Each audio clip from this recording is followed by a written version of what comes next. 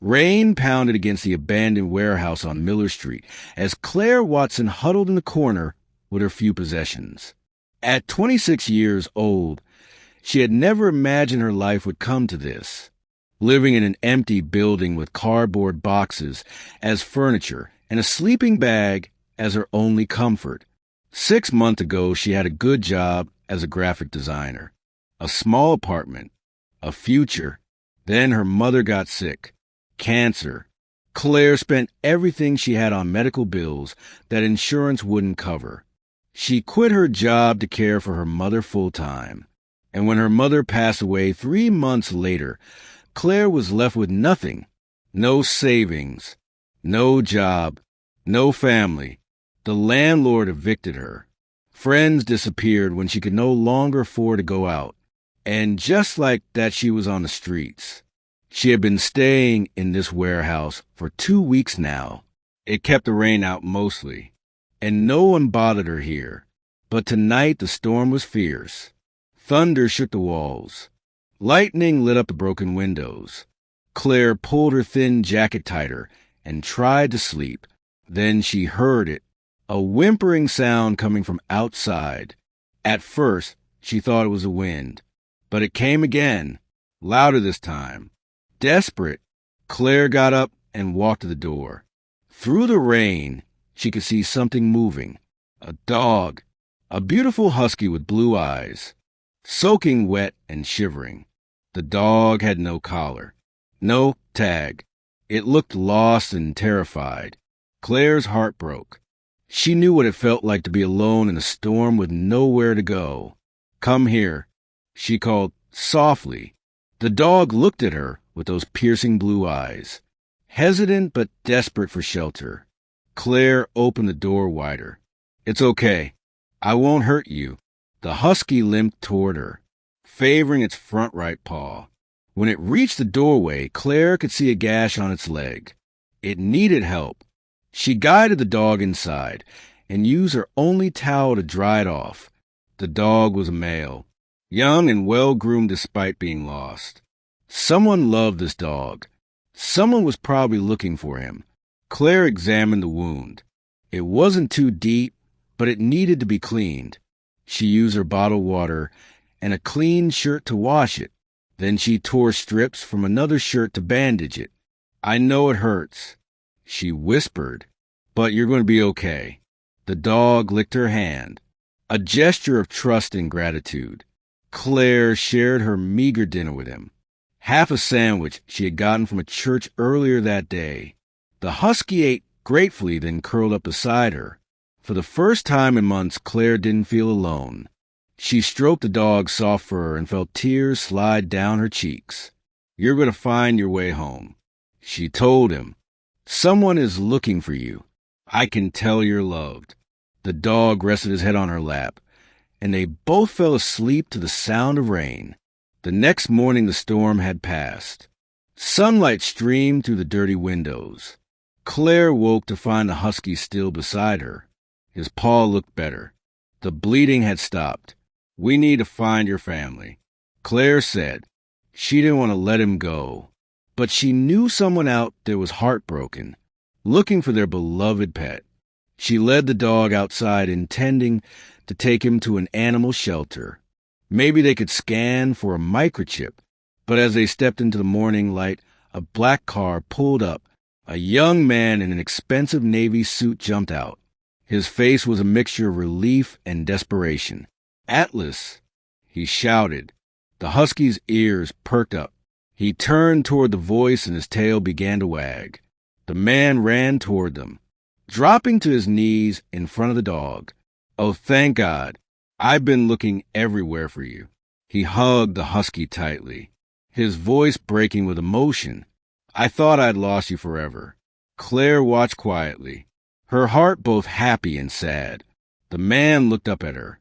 His eyes were kind but filled with questions. "Did you find him?" "Yes," Claire said softly. "He showed up at my door last night during the storm. He was hurt, so I cleaned his wound and kept him safe." The man stood up. He was tall, probably in his early 30s. His suit was tailored and his watch expensive, but his eyes showed genuine gratitude. "Thank you. I'm Nathan Caldwell. This is Atlas. He's been missing for 2 days. I've had people searching everywhere. When I saw him limping toward that warehouse this morning, I nearly cried." Nathan looked at the makeshift bandage on Atlas's leg. "You took care of him." He looked back at Claire, really seeing her for the first time. The worn clothes, the tired eyes, the abandoned building behind her. "Are you staying here?" Claire felt shame wash over her. She wanted to lie, to protect what little dignity she had left, but she was too tired for pretenses. "Yes, I've been here a couple of weeks." Nathan's expression changed, not to pity but to understanding. "May I ask your name?" "Claire Watson." Nathan extended his hand. She shook in surprise by the gesture. "Claire, I can't thank you enough for what you did. You saved Atlas when he needed help most. And you did it even though you clearly have your own struggles. That says everything about who you are." Claire felt tears building. She hadn't heard kindness in so long. It was just the right thing to do. Nathan studied her for a moment. Then he made a decision. "Claire, I'd like to repay your kindness. Will you come with me? I promise I just want to help." Claire hesitated. She had learned to be wary of strangers, but something in Nathan's eyes told her she could trust him. "Okay." They drove through the city. Nathan explained that he was the CEO of a tech company his father had built.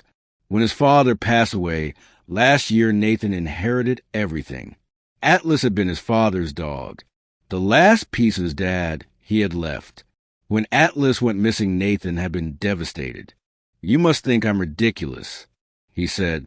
"A grown man falling apart over a dog." Claire shook her head. "Love isn't ridiculous. Grief isn't either. Your dog is your connection to your father. I understand that completely." Nathan glanced at her. "You sound like you've experienced loss."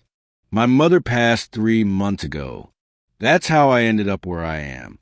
Nathan pulled into the parking lot of a hotel. Before Claire could ask questions, he turned to her. "I want to offer you something, not out of pity, but because I believe in paying forward kindness. My company has a position open in our design department. If you're interested, I'd like to interview you. But first, let me get you a room here for a few nights. Let you rest, get some proper meals. Then we can talk about the future." Claire felt overwhelmed. Why would you do this for a stranger? Because you helped Atlas when you had nothing to give. Nathan said simply, "Because you showed compassion when the world has been cruel to you. Because I believe people like you deserve a second chance. And because my father always taught me that success means nothing if you don't use it to help others."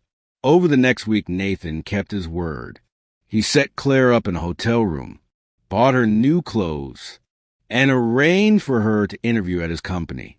Claire showed him her portfolio, the design she had saved on a flash drive, the work she had done before everything fell apart.